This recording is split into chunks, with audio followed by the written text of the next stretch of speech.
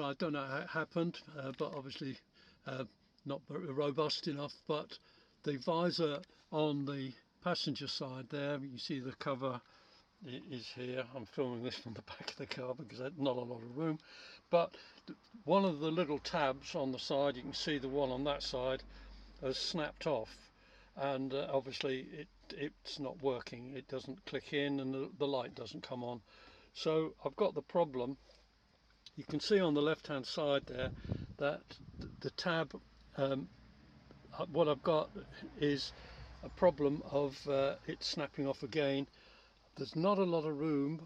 This shoulder here, it interferes with the top edge of the mirror, so it can't protrude inside.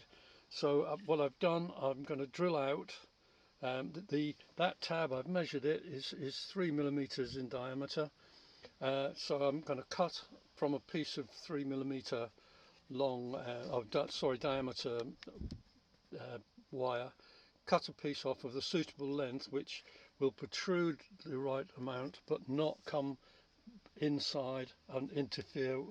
It'll jam when it shuts otherwise.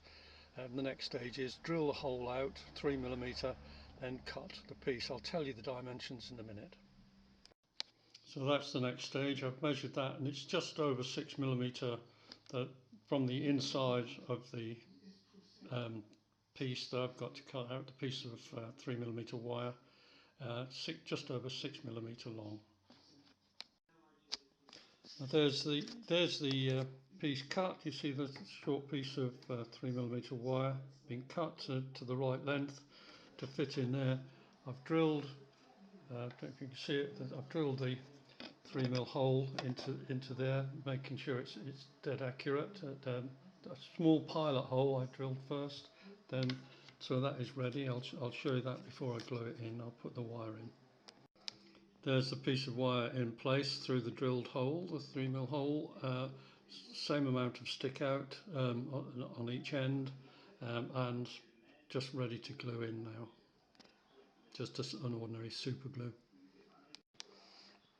There it is with an ordinary Loctite super glue in there, and as you can see the amount it sticks out. I've done that with my calipers. It sticks out exactly the right amount. Just leave it for a little while now to solidify properly, and then I'll try putting it in. Whatever you do, make sure that the protrusion of the part that's snapped off doesn't exceed the length, because it's got to come in this gap. If it's too tight, you won't get the unit back in again. It's got to be a perfect fit for the length altogether. Well, there it is in and swiveling, and the light comes on. The switch is in there. That's saved a little bit of landfill. Hope that helps you if you've got the same problem. Alec McLeod. Give me a like. Bye.